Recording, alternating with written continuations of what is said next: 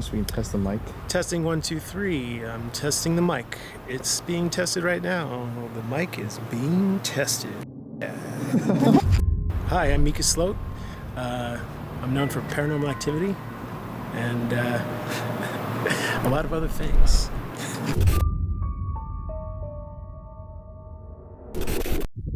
Got a high def camera on my girlfriend Katie. She thinks there's something in the house. I don't know. You believe me, right? If anything walks through here, it's gonna leave a pretty good footprint.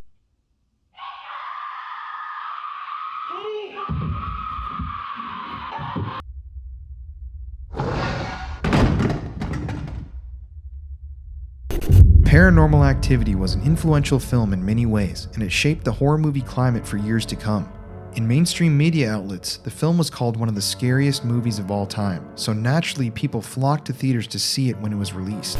Paranormal Activity reinvigorated public interest in the found footage genre and paved the way for films like Creep, Grave Encounters, and VHS to be made.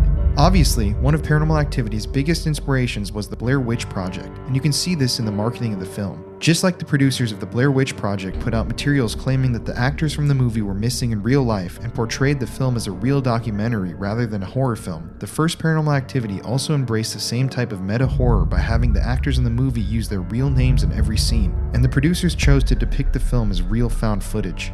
Even the opening titles from both movies are visually similar, with Paranormal Activity's title being an obvious homage to the groundbreaking film that came before. I wanted to make this video because one day after watching Paranormal Activity, I wondered, do the people who produced this film actually believe in ghosts and spirits? In this episode of the Paranormal Files, you will find out.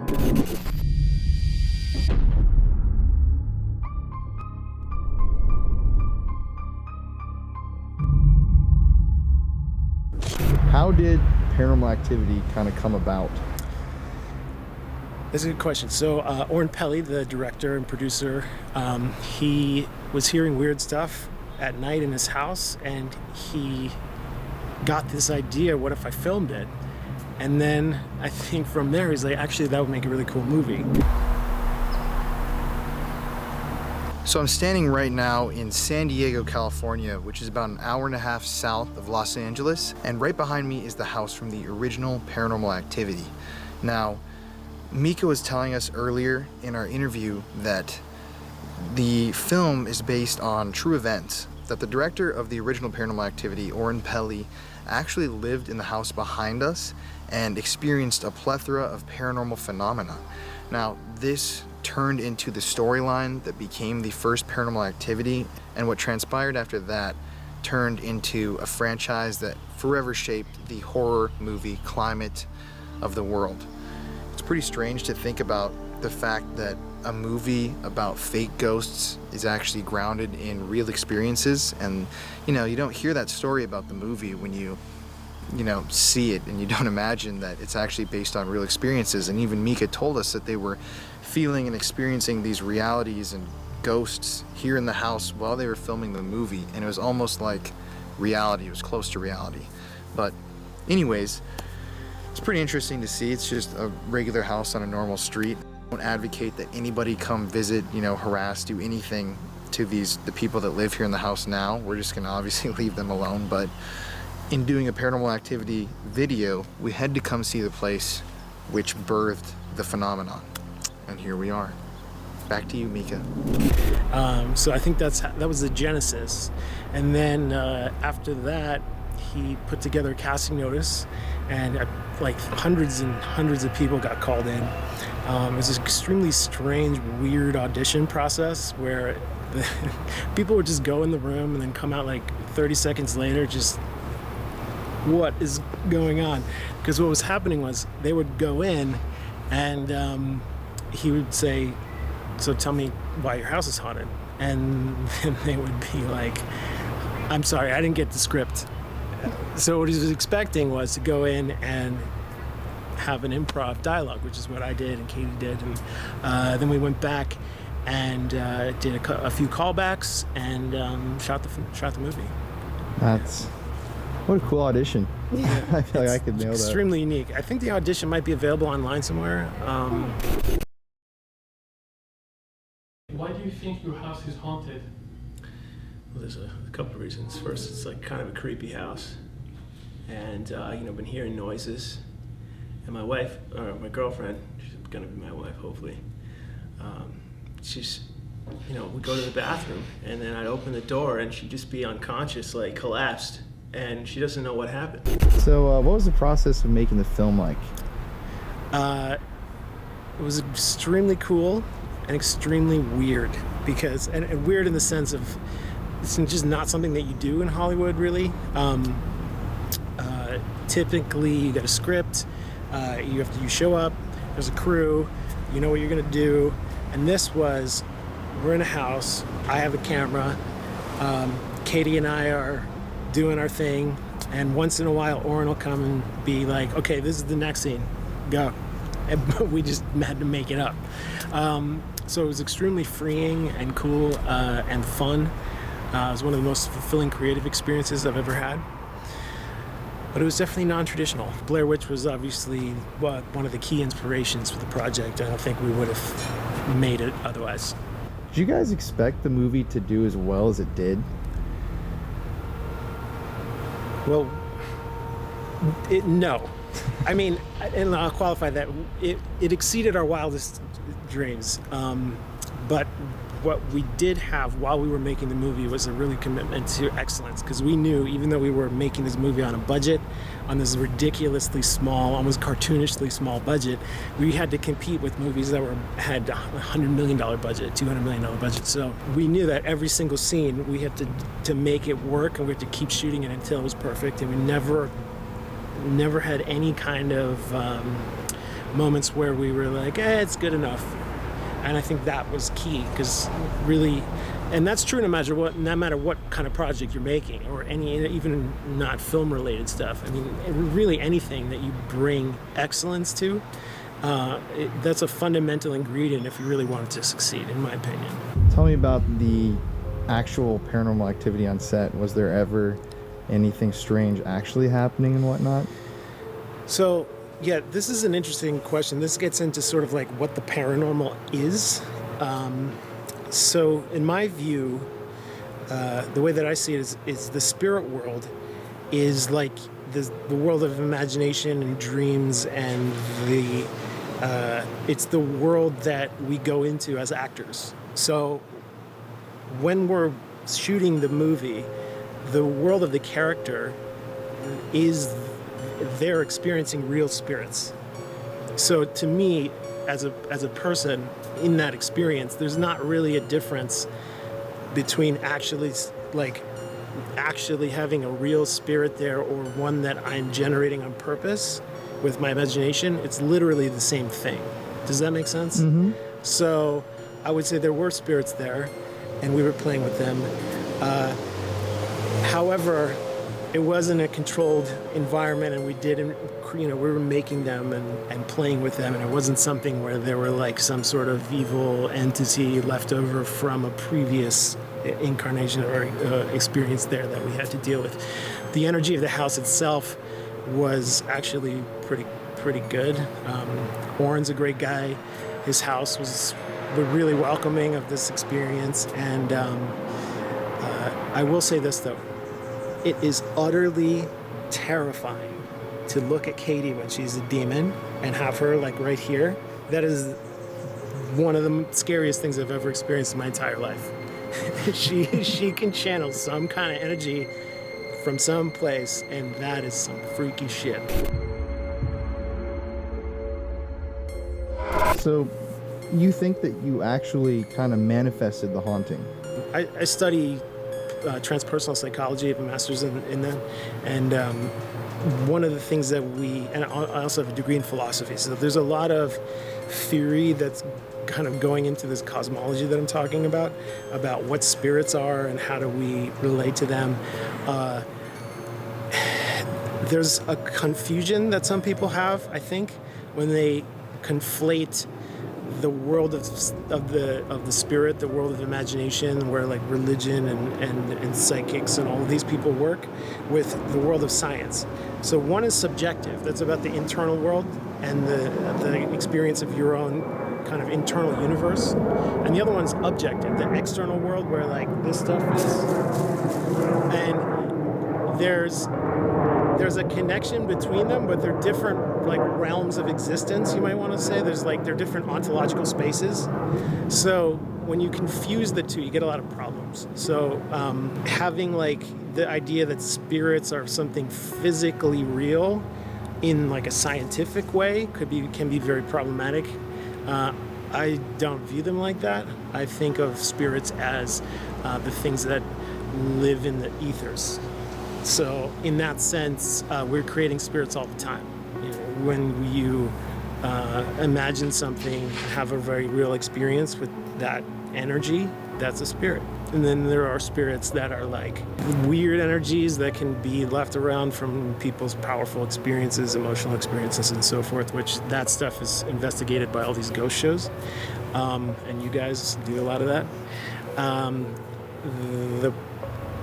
What I would say though is the careful difference between trying to understand those experiences as something scientific, because if you do that, you're gonna fall on your face a lot of the time, versus something that is subjective. So that's why that's how psychics work, and that's how psychics can feel things. So if I'm gonna find a ghost, I'm not gonna get out some scientific gear. I'm gonna find somebody who's super intuitive. And I don't know. Hopefully this makes sense, and I'm not just. Yeah. 100%. Yeah, I agree with you on everything you're saying. All right, cool. Was there like a single experience on set that you can remember that kind of stuck out? Like, this just feels kind of weird, or like a scene you were shooting that was just, I don't know, something like you felt like there's something in the house? Yeah, like I said, I mean, the whole movie was that. There wasn't one moment that we were doing that on purpose the entire time, basically, unless we were creating scenes that were sort of backstory or the daytime scenes where we're hanging out. So to me, again, like if I'm in the house hearing things, there's no difference between me as the character in that experience hearing things and a person who's having the exact same experience, but it doesn't happen to be a movie. Like, that's like the actor's job is to make those things the same. And it's the same subjectively, it's not the same objectively. Obviously, one's a movie and one would be like a person in their house alone. But to me, as the actor in the film, it's my job to have that be real. 100% real to me. So there's no...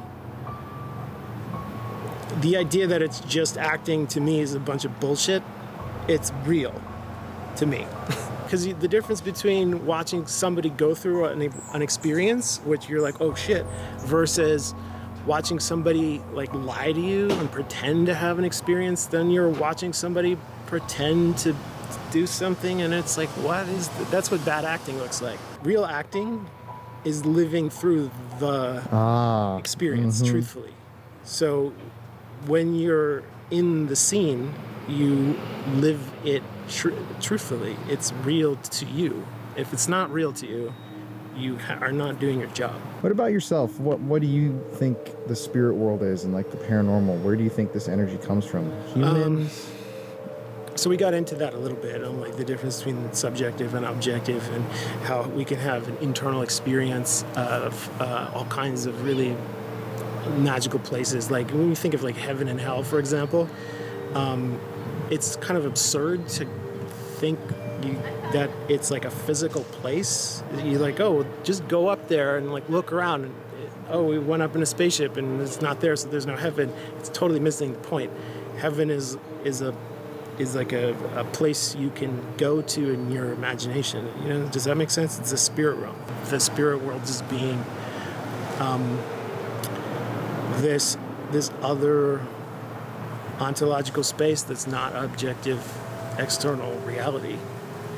I don't really know how to explain it with more specificity. That's pretty specific. Yeah, that's very specific.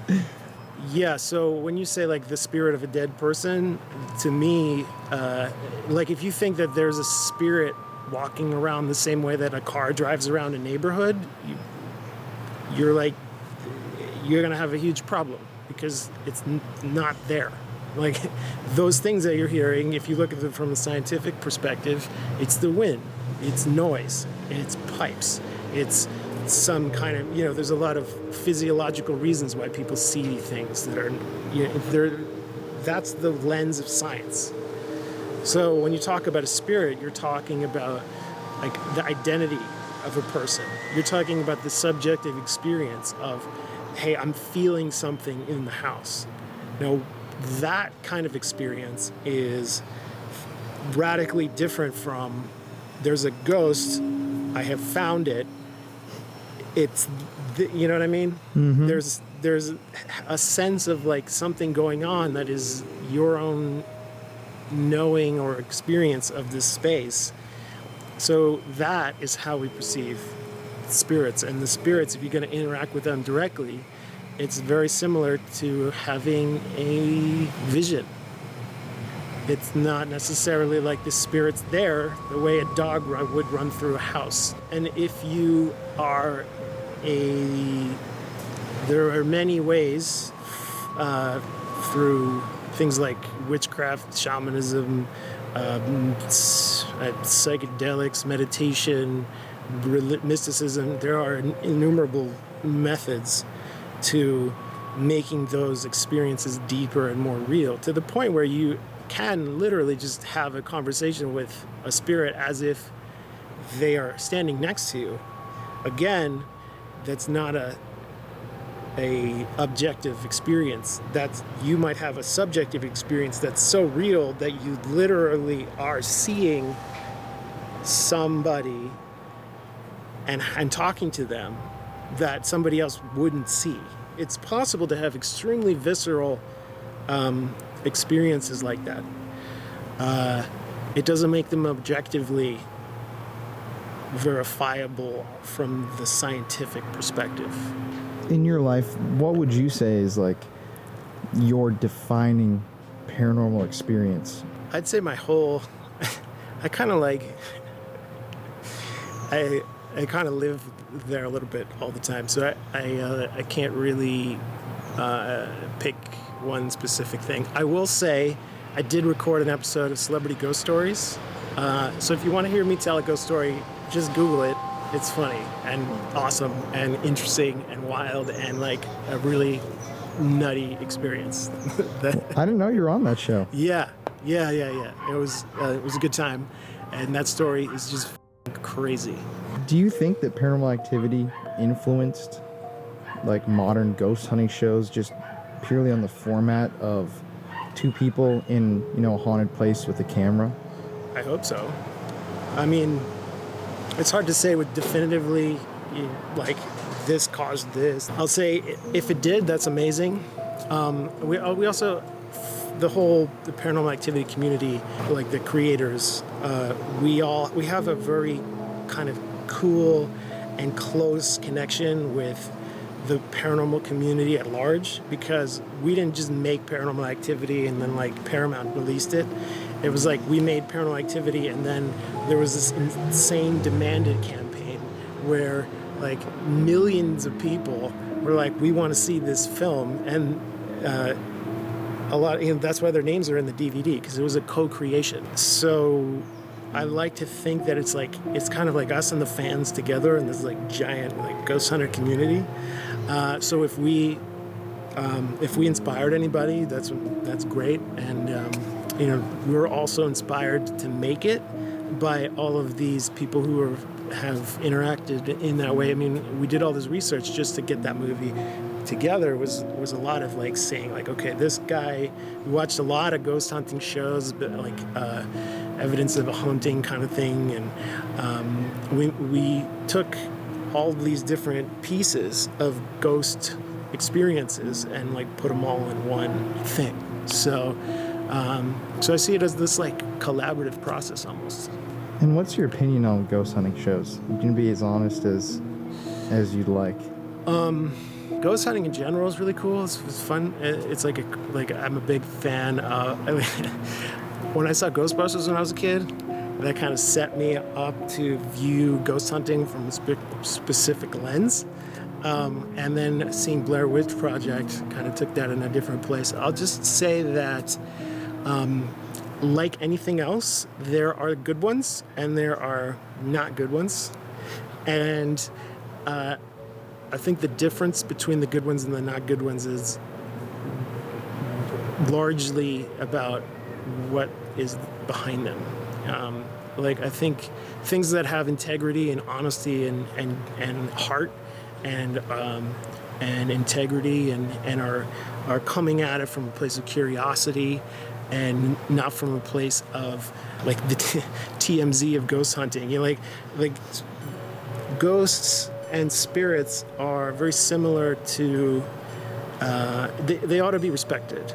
Is just like you wouldn't walk into some random person's house and like start looking through their cupboards and like talking in their kitchen, and the person's like, what are you doing in my house? It's very similar to like going into a cemetery or a graveyard or haunted house or something. It's like, if there are spirits there, that's where they're living, that's their home, they're resting. And so there's a certain respect that is required, I believe, to treat those spirits with the same respect you would give a living being, and not like go into their house and just be a jerk. So that's how I see ghost hunting shows. Give me like a final wrap up on your just thoughts on the paranormal and everything that we've talked about. I think that the world is coming to a place of awakening, and I think that's why there's a lot of conflict and chaos in the collective, where we are starting to realize that these other places are real, and they also need to be treated with, like we were talking about before, with humility and respect, going into them connected to the truth, connected to integrity, connected to what's real, even if we're dealing with things that are spirit-based, like imaginary things. There's still a truth there, still a reality there that needs to be respected, because the flip side of that is lies, is dishonesty, is disrespect, is using this, like, sort of, you might view it as black magic, like trying to, you can really twist a person up and create hugely problematic, like, alternate reality worlds where, like, truth is completely unmoored from reality, where, like, people just live in a world of lies that are completely disconnected to science and truth and heart and values. That's its own form of, like, using these access to these worlds in a really dark way. So as we start to open up into realizing our own power about how we tell stories about life and how we create meaning and how our relationship to truth, we need to do that in a way that is positive. I'm referring a lot to things like there's a psychedelic renaissance happening, where we are, as a collective, we're rediscovering the power of these old medicines that people have been working with since the dawn of time. These are things that open up these realms, the spirit world and so forth. So as we talk about the paranormal, it's not just like, let's hunt some ghosts. It's really about understanding the subjective experience of being alive and the power that has, and exploring those realms the same way we explore this, like the external world with science. We can explore the internal world. But because we have so much more power over our own internal reality, it requires a lot more character and diligence about like conscience and staying on the path of, like, where you need to go, like, inside. Because if your internal compass gets bent and you start rationalizing things and you start, like, living in a world that's creating all this, like, these spirits that reinforce negativity, can be really bad. And we're seeing a lot of that now all over the world with these, like, post-truth thing that's happening, really what that is just when you create your own subjective world in a way that's not connected to what's real, and you just continually reinforcing it with lies, and other people are also doing that. It creates this like group of people who are just no longer connected to reality, and that can be tremendously damaging. We're seeing that a lot with like climate change. People like, why aren't we paying attention to climate change? Because there's a bunch of people who just have decided not to care. So that's really, I went off on a crazy tangent, but it's okay. It makes sense. 100% sense. Okay, I'm hoping it will make sense to somebody out there. Yeah, thanks for having me on the show. So at the end of the day, after that, or after you film Paranormal Activity, do you consider yourself a ghost hunter? I think I'm a pretty clearly professional ghost hunter. Yeah, you can't say no at this point. Yeah, I have many hours of ghost hunting under my belt. Yeah, I would, although I would hesitate to go into some of these places, like graveyards, like abandoned places, simply because I have a lot of, like we talked about, respect for the dead. So if I went into those kinds of places, I would do it more from a place of, like, how do we let these spirits rest if they're on, rather than like see if we can poke them and like get something to go on. That is more of what I see is starting to get like TMZ ghost hunters. It's like not really my kind of thing. Well, thanks for coming on. Thank you.